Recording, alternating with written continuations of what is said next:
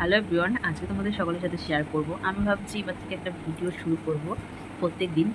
চেষ্টা করব প্রত্যেক দিন অবশ্যই যে আমি যে সমস্ত ব্লগারদের ভিডিও দেখি সেই মারফত মানে ওরা কী করছে মানে সেই টাইপের করে মানে ওরা ধরো একটা ব্লগ দিয়েছে 20 মিনিটের, ওই ব্লগের মধ্যে কী দেখলাম সেটা নিয়েই তোমাদের সকলের সাথে ডিসকাস করবো। ভালো কিছু দেখলেও বলবো, খারাপ কিছু দেখলেও বলবো অবশ্যই।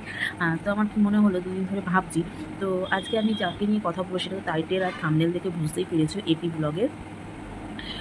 এপি ব্লগ নিয়ে আমি পিয়া বলেই ডাকছি।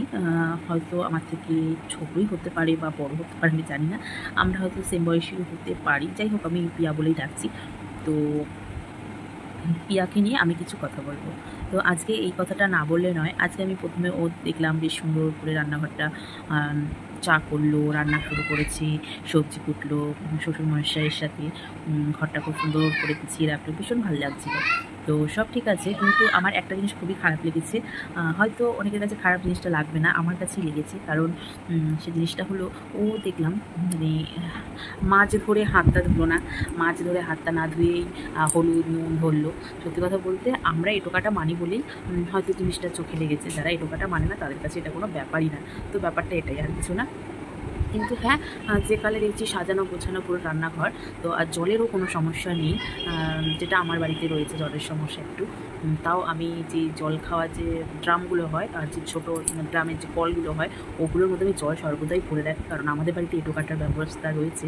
তো সেহেতু আমাকে 1 ঘন্টা রান্না করলে 1.25 ঘন্টায় হাত দিতে হয়। মানে একটা কিছু দিলাম আবার হাত দিলাম, একটা কিছু দিলাম হাত দিলাম, ও করতে করতে আমার অভ্যেস হয়ে গেছে। তো সেটাই, সেখানে পিয়াদের ঘরে তো দেখছি কলের সুব্যবস্থা রয়েছে। আবার বলছে আমি রান্না করতে করতে বাসন মেজে নিই। তো ওটা অবশ্যই ভালো কথা, অবশ্যই ভালো কথা। কারণ তাহলে বাসনের পরিমাণটাও অনেক কম হয়।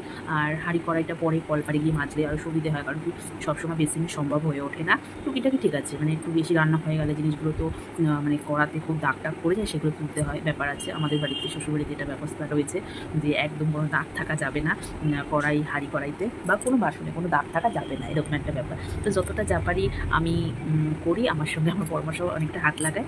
তো যেখানে আমার মনে হয় কল রয়েছে পিয়াদের ঘরে, তো একটু মানে হাত ধুয়ে নেওয়াই বেটার। মাছ টাছ ধরেছি, হাতটা ধুয়েই নুন হলুদের ব্যাপারগুলো ধরা উচিত। তো আমি এটাকেও কিছু বলবো না, আবার বললাম ঠিকই, কিন্তু অনেকে এটা মানে না। যেমন ধরো আমার বাপের বাড়িতে অতটা এই টপিকে মানে না, তো আমার শ্বশুরবাড়িতে আবার মানে। এবার অনেকে আছে এটোকাটা যারা মানে তাদের একটু কেমন দেখতে লাগবে, যেমন আমি এটোকাটা মানি তাই আমার একটু কেমন একটা লাগছে। বা যারা এটোকাটা মানে না সেরকম একটা, তাদের কিন্তু কিছু লাগবে না। তো তারপরে দেখলাম কচুর শাক করলো, কচুর শাক খুব সুন্দর। কিন্তু আমি শুটকি মাছ দিয়ে কখনোই কচুর শাক খেয়ে দেখিনি। আর সত্যি কথা বলতে জানিও না শুটকি মাছ দিয়ে কচুর শাক কেমন লাগবে। হ্যাঁ, মাছের মাথা দিয়ে ভীষণভাবে খেয়ে দেখে ভীষণ ভালোও লাগে। চিংড়ি মাছ দিয়েও খেয়ে দেখেছি।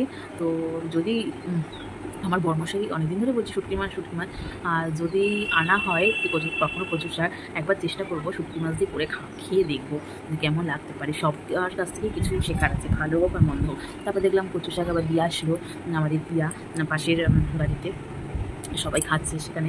যে ভাসুর এসেছে ওনাদের খাবার দিয়েছি, সুন্দর করে গুছিয়ে গাছিয়ে করেছে সব। আর ঘরটাও খুব সুন্দর। আর বিকেলের ওয়েদারটাও ভীষণ দেখতে দেখতে কফি খাচ্ছিল, বেশ একটা রোমান্টিক ভাব। আমার তো ভীষণ ভালো লাগে।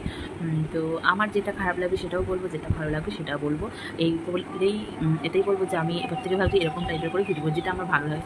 তারপরে এপি ব্লগের পর কার ভিডিও দেখলাম, এমএস ফ্যামিলি, যাকে আমি দেখি না, কিন্তু আমার মনে হলো একটু দেখি। তো আমি দেখতে গেলাম। সত্যি কথা মনের থেকেই বলছি, আমি ভিডিওটা এখন বাজে মানে 4:30 বা কিছু, 4:30 বাজে। তো আমি দেখতে গিয়ে সত্যি বলছি কেটে কুটে দেখলাম, মানে একদম মানে কোথায় এপি কোথায় ওই কী বলেন নাম, এমএস ফ্যামিলি। তো যাই হোক, আমি এটাই বলবো, আমার পার্সোনালি সত্যি কথা এমএস ফ্যামিলিকে একদমই তার ব্লগটা আমার একদম থার্ড ক্লাস লাগে, একদম ভালো লাগে না। যারা বলে খুব ভালো লাগে, কী ভালো লাগে ভগবানই জানে। ওনার শুধু ঘুম পেয়েই যাচ্ছে, সারা ভিডিওতেই বলে গেল আমার ঘুম পেয়ে যাচ্ছে, চোখ জুড়িয়ে আসছে, ভালো লাগছে না, এই করেই গেল সারা ব্লগে। আর এপি ব্লগে পিয়া দেখলাম ছেলেকে একটু বকা দিচ্ছে, সেটা দেখো। সত্যি কথা বলতে যেটা করেছো একদম ঠিক করেছো। কারণ ছেলেকে বকাটা অবশ্যই উচিত, কারণ ছেলে বলে না, ছেলে মেয়ে দুজনকে একটু বকাঝকা না দিলে হয় না। আর পড়াশোনার ব্যাপারে জানোই তো আজকালকার সময় পড়াশোনার কী পরিস্থিতি, সেখানে একটু বকাঝকা দিতেই হবে ছেলেকে মানুষ করতে হলে। হ্যাঁ, আরেকটা কথা না বললে না, ওষুধপত্রগুলো একটু নিজে চেষ্টা করবে। আমি জানি না, আমি একেবারে ছোট্ট একটা চ্যানেল, ভিডিও দেখতাম, কিন্তু এখন কি মনে হলো ভিডিও করা শুরু করলাম, তাই বলছি যে চেষ্টা করবে নিজে হাতে খাইয়ে দেওয়া। যেখানে আরও আমাদের আয়ুষের এত বড় একটা মানে মানে আয়ুষ এতটা অসুস্থ, সেখানে আমি মনে করি আয়ুষকে একটু খাইয়ে দেওয়াই সব থেকে বেটার হবে। বাচ্চা মানুষ তো ভুল ত্রুটি হয়ে গেলে তো তোমাকেই ভুগতে হবে।